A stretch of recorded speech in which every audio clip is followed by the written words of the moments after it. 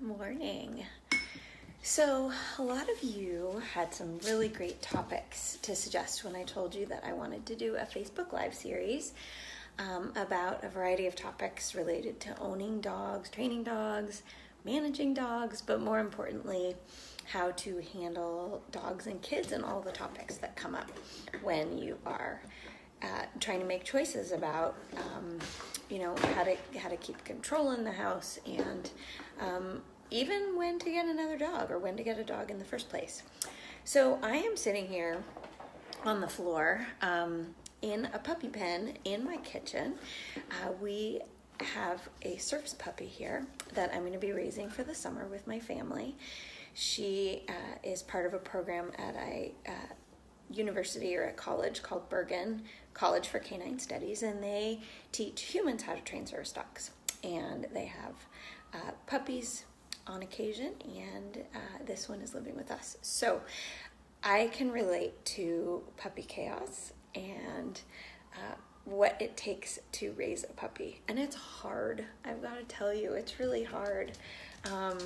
It's a lot like, there she is. Hi. Her name is Yara. It's a lot like having a baby, and my kids are teenagers now, and I haven't had a baby in a long time. I'm sleeping in the guest room, and I have her crate next to the bed, and I can reach over the side and put my hand by the crate to comfort her. She had never been alone before. She was part of a litter that had 6 puppies, and there was another litter that had 5 puppies a week apart. And so altogether with 11 puppies, there was a lot of together time, and she didn't have much time by herself. And so I need to be her companion and her family. So we're doing a lot of work on, can you see her? She's trying to chew my pants right now. Let me grab a toy. Doing a lot of work on teaching her what it is like to live with a family and respecting boundaries. I find the most effective strategy, though, to be honest, is to tell her what I want her to do and not what I don't want her to do. It's a really hard concept to teach the absence of a behavior.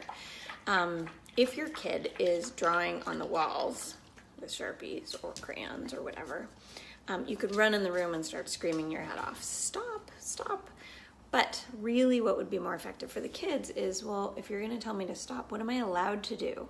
You're telling me what I'm not allowed to do, but I don't know what I am allowed to do. And so, giving that child a little more direction, like, hey, here's an easel, let's draw here instead, is more effective, and it's a better teaching strategy. So, I digress. Sorry, this is distracting, and I'm operating on a little bit of a lack of sleep here. The question, when is a good time to get a puppy? And I just want you to think about that briefly. I don't want to go on for ages. When is a good time to get a puppy is going to depend on how much time and energy you have, because it's a lot like having a human baby. This puppy in particular is really demanding. Partly just her personality. So dogs come with personalities preloaded, just like your kids do. You can have an easy kid, you can have a hard kid. I have one of each. We could talk about that in another little episode, but the idea is they come how they are, and you've got to deal with the dog that's in front of you. And so you need to be able to have the bandwidth for coping and for just sitting here and spending time with them. They don't want to be alone, just like a human baby.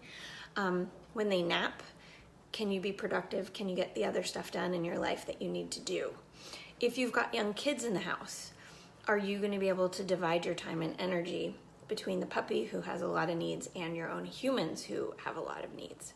And more importantly, can you provide some safe spaces and structure so that the puppy is safe from the kids and the kids are safe from the puppy? Because I can tell you, she's working on a little bully stick right now. But she's like Jaws some of the time, and that's totally normal. Doesn't make her a bad dog. She's just chews on things and it hurts like crazy. And you need to be able to set up a system so that your kids don't start to dislike your dog or other dogs in the world. So by having a dog in your house, you're helping shape your kids' feelings of dogs in the world, not just this particular dog. So you need to have the bandwidth to multitask and set up structured places and safe zones in the house. And I'm here to help you with any of that. That's sort of my thing, is helping families with dogs and kids, how to manage everything, how to keep everybody safe, what are strategies that you can use for modifying behavior, using really positive, happy strategies, helping dogs understand what you want them to do instead of what you don't want. So we don't want to be yelling and correcting, because that doesn't really teach them what we want.